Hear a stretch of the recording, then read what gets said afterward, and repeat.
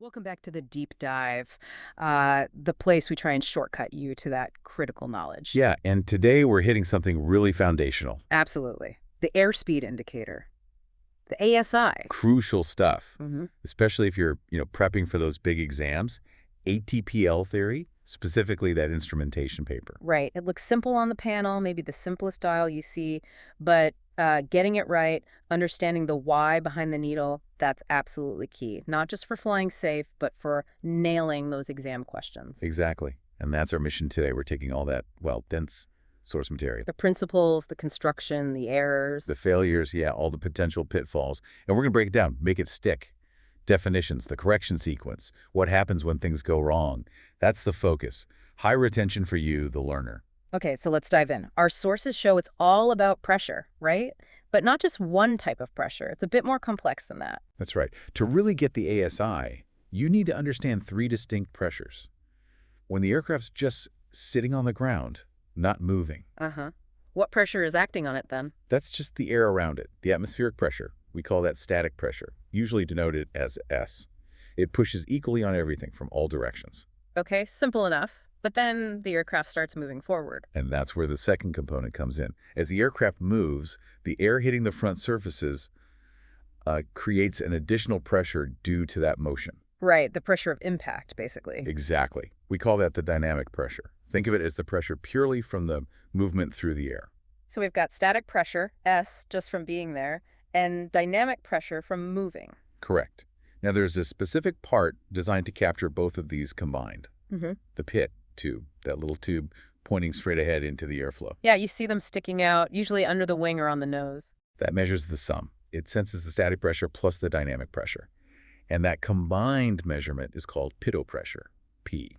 Sometimes people call it total pressure. So the basic equation is P equals S plus DI. Total equals static plus dynamic. You got it. That's the fundamental relationship. P equals S plus D.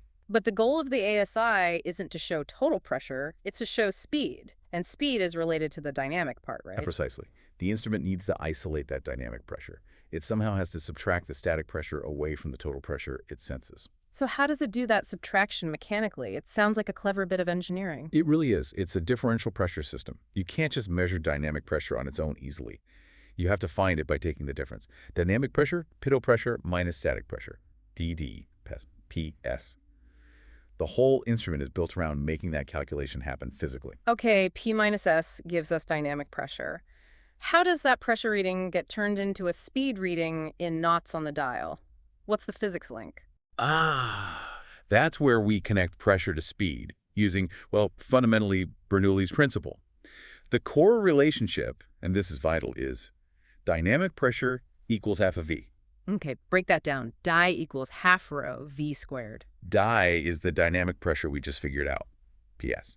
V is the speed we actually want the true airspeed, TAS. And little d, that's the Greek letter rho phino, stands for the density of the air. Density. Okay, that sounds important. It's critically important because this formula shows that the pressure you get depends not just on speed squared, but also on how dense the air is. And crucially, the ASI is built assuming a fixed standard density. We'll come back to why it's a big deal later. Right. So the instrument measures P minus S, plugs it into that formula, assuming a standard rho, and spits out a speed V. That's essentially it. It's calibrated to do that calculation. Okay, let's get into the mechanics. The sources mention how it isolates P and S. You said it's a differential system. Yeah, think of it like this.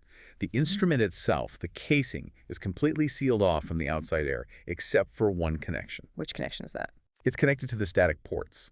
So the inside of the instrument case is filled with static pressure. Yes. Everything inside is sitting in static pressure. Okay, so the whole environment inside the box is S. Exactly. Now, inside that sealed case, there's a small, flexible metal capsule, like a tiny sealed metal.